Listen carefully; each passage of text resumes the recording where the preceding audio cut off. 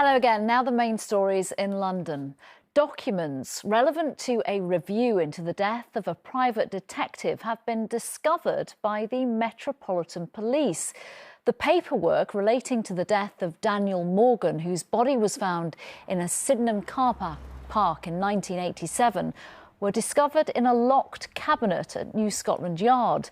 Some of this material should have been disclosed before the final report was published in June 2021.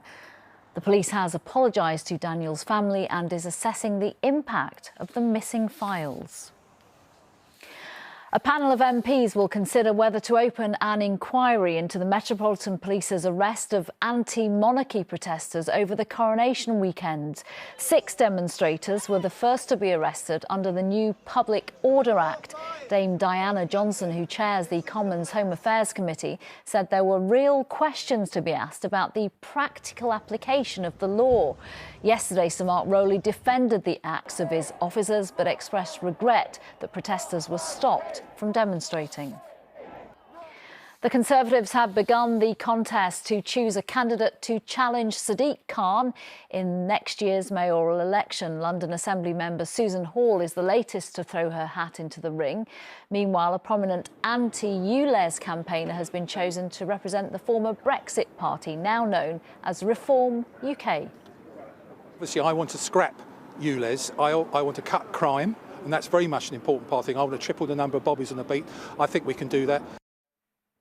The boss of John Lewis is facing a confidence vote after criticism of her leadership. Dame Sharon White from East London has been in front of elected staff this morning to discuss the company's future. A recent announcement that bonuses weren't going to be given out to employees was met with criticism by industry giants. The chair also warned of potential job cuts after a £234 million loss. Samantha Womack is encouraging people to spend just 10 minutes researching local charities after a visit to a cancer centre in Bloomsbury. The EastEnders actor was diagnosed with breast cancer last year and said she'd wish she'd known that what help was out there sooner. I just embarked on my own journey with treatment, and it's pretty complicated. It's a lot of information coming at you. So somewhere like Yes to Life was very relevant to me, but there are so many different categories that people can look for. The weather now with Philippa. ITV London weekday weather is sponsored by Octopus Electric Vehicles. Car, charger and energy. Good afternoon. Well, despite some lovely dry and fine weather to start the day, we are now seeing plenty of showers bubbling up, some of them heavy, locally thundery, a bit of hail in the mix as well. But in between, in the sunshine, not feeling too bad. Highs today, 18 or 19 degrees Celsius.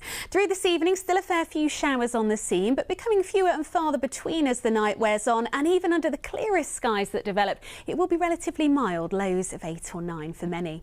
Tomorrow morning then, a bit cloudy first thing, 1 or 2 showers, but much like today, as we head through the morning and into the afternoon, we'll see more in the way of sunshine, but also more in the way of showers. And again, some of them could be heavy and locally thundery. Do take very good care. Pollen's next. ITV London weekday weather is sponsored by Octopus Electric Vehicles.